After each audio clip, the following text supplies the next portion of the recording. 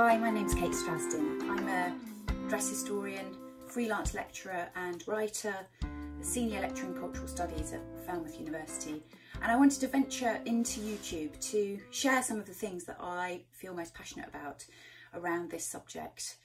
We're in a really strange time at the moment. Ordinarily I would be out and about lecturing. It's May 2020 and we are all in lockdown, experiencing life in a very different way. So I thought it might be quite nice to do just some short videos about things that really interest me in this world, and hopefully will interest you as well. I thought it might be interesting. People often say, well, how do you get to be a dress historian? And for me, it started when I was very young. I think it was about 8 or 9 years old when I started to collect these. I don't know if anybody else remembers them. There were tea cards that came in Brook Bond, packets of Brook Bond tea that my granny used to buy. Each week you would get different cards and stick them, you'd send off for the book and then stick the cards, each card, onto the pages and fill them up. I still have that from the 1970s, early 80s.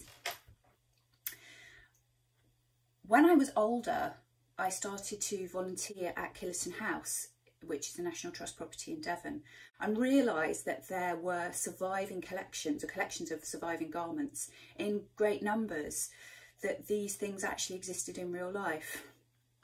I got my first job there after volunteering as assistant to the curator and learnt huge amounts about how to tell stories through dress and how to read objects and think about clothes.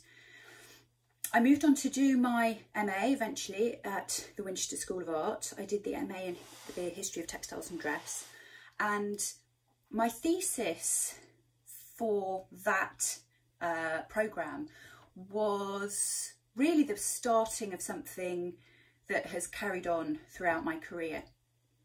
I had noticed photographs, 19th century photographs of women climbing mountains, and every time the captions that would go with those images would talk about how ridiculous the women were, how silly their clothes were, and that really bothered me because actually there they were on the mountains, they were doing it, and there seemed to be a discrepancy. And so I wrote about the dress of early women mountaineers and how to maybe rethink what women wore in the 19th century.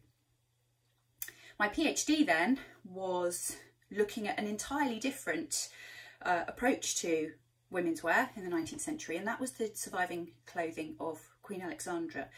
Alexandra was Queen Victoria's daughter-in-law. She married Edward, Queen Victoria's eldest son, in 1863, and she was the Princess of Wales for nearly 40 years. She became a style icon. People, largely, she's sort of fallen out of the public consciousness now, but she was hugely popular at the time, and she achieved that largely through how she presented herself to the world. And I spent a really long time searching for her clothing, which is in museums all over the world, and wrote that up as my doctoral thesis. I'm currently working on an amazing project which is also about a different kind of female experience in the 19th century. It's a dress diary, a special volume that was given to me by a friend, and it charts a whole community of women in the 19th century through swatches of their clothing. It's telling stories again, and I realised through each of the projects that I've undertaken that perhaps what I'm most interested in is hidden women.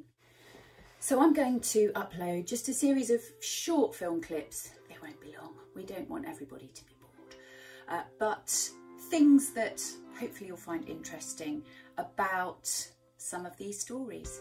Enjoy.